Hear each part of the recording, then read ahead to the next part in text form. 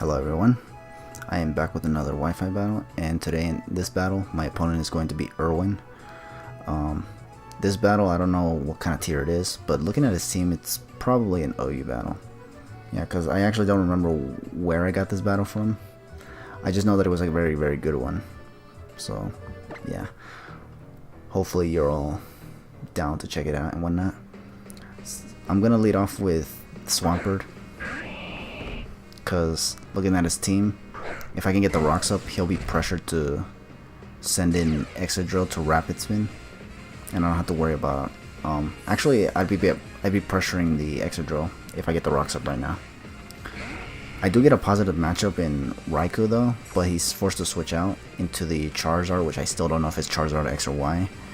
I switch out, and as a result here, because this is a very, very unpredictable Pokemon to send in, I literally have to YOLO it once again and just send out Crobat just to die basically, because Crobat is literally the one thing that cannot take anything from either Zard Y or X, and looking at his team it doesn't even look like it's very useful for much, so I had to literally just send this thing basically as a guinea pig, which really sucks in my opinion, because Crobat is actually one of those mons that I actually like, and just to see it go down like this is actually kind of, it strikes me a lot actually. But either way, I'm gonna go into Diancie right now, Mega Evolve, and I'm actually going to stay in and protect, because this guy was from France, so I usually expect a lot of unpredictable plays from people from other countries, honestly. So yeah, I go for protect, and he does actually try to stay in, predicting me to not protect, and he goes for the Solar Beam, but I did get to protect, and now I actually get to go for the Diamond Storm. He does stay in, because he probably thought I was going to try to double switch or something, but I didn't. I just stayed in and went for the Diamond Storm and took out the Zard Y in the process, which is really excellent, because honestly that thing was actually kind of a threat. But he's now going to go into Lady, which is the Tyranitar, and he's going to get the Sand Up route and remove the Sun basically. And I'm going to switch out because I don't want this thing to take too much damage from this thing. Also, it can also have Earthquake and Iron Hit, so I don't want it to do too much damage with those moves, if not straight up KO me. So I just switch in Swampert to take most of those hits, and he just goes for Stun Edge, which is perfectly fine with me. It's better than going for Crunch or Earthquake, because those two are the ones that do normal damage to Swampert. He's going to go into Percher. I go for Roar because I wanted to see what he was going to switch into, and I catch him switching into this Clefable, which is actually kind of scary and annoying, not to mention. And now here I'm just going to phase him into Minotup, which is the Excadrill.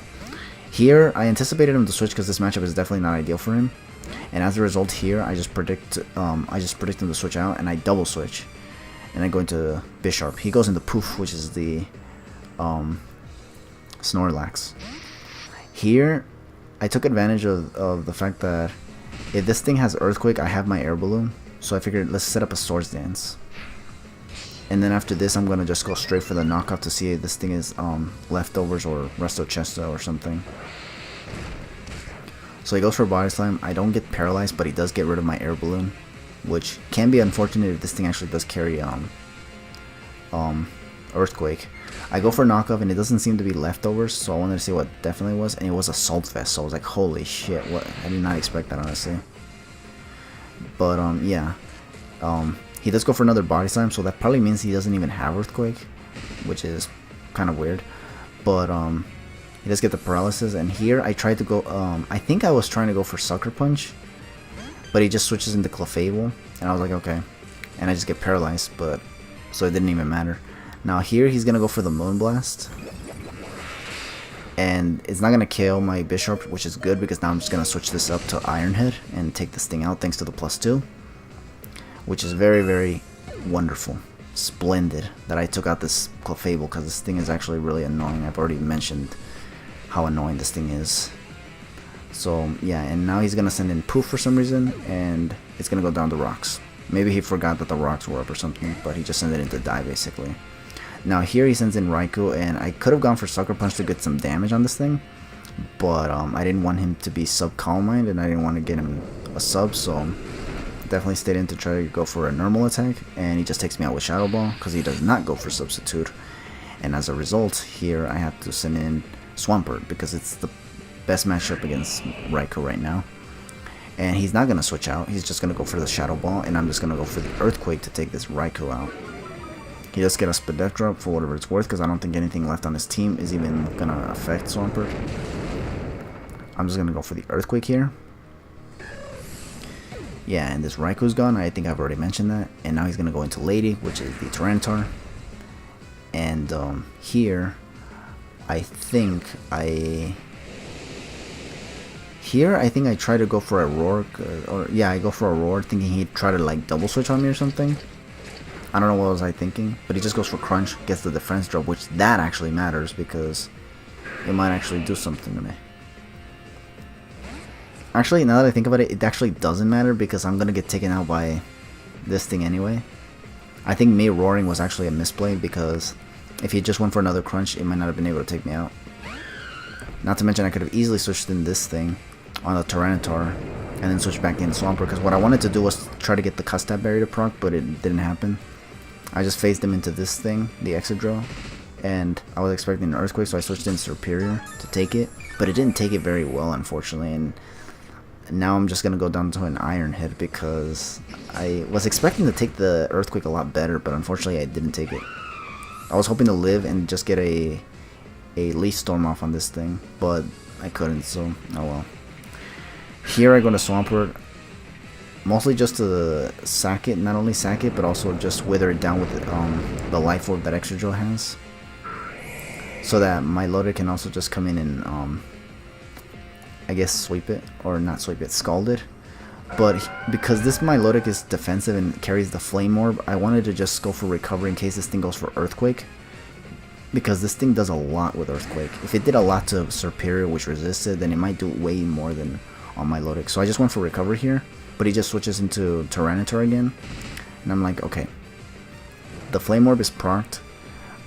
Here I make another misplay. I don't know why I did this, because I think after this I could have so been able to take the Stone Edges better. But I just hard switched into Diancie thinking, I don't know, maybe that he'd go for Crunch to get defense drops or something. But he just goes straight for the Stone Edge. And here I make another misplay, going for the Earth Power, fearing the Excadrill to come back in. But I should have just went for Moonblast, because even if he switched it in, I might have been able to take an Earthquake from Milotic, or so I thought. But this thing is just going to take out my Diancie, and I'm going to send in my last Pokemon, which is Milotic, and I'm actually just going to spam Scald here, and it does take out the Tyranitar, thankfully, and I outspeed it, thankfully, because if this thing got a free Stone Edge off before dying, I might have been actually put in a very bad position. Much worse if it actually crit with the Stone Edge. And now he's going to go into his last Pokemon, which is the Excadrill, and because the sand is gone, not that it matters, but I actually don't take residual damage from the Sandstorm at least. And he's going to go for Earthquake, and god damn, this Earthquake did a lot even through the Life Orb, or Flame Orb boost with Marble Scale. And I actually get to Scald this thing, and thank goodness I actually take out the Excadrill, because if I didn't, I think it would have just KO'd me with another Earthquake after the burn damage, and that would have sucked. But yeah, I actually won this battle, which is actually really, really cool. And I think the best part of this battle was actually that my Milotic was actually able to finish off the battle this time, which is very, very unconventional, considering that Milotic's role in a lot of battles is usually just to be tanking hits, basically, and recovering to stay healthy. Maybe even Toxic Stall or something, but this Milotic just was on the offensive for the remainder of the battle, and just, it put in work, actually, surprisingly. It KO'd the last two Mons on his team, which is actually huge. Especially for a Milotic, which is crazy. But anyways, good game to Erwin, because that was actually really good. In fact, I think I was the one that was actually playing kind of sloppy, which is actually kind of crazy. But yeah, anyways, thanks for watching, and feel free to leave your thoughts below if that's what you guys want to do.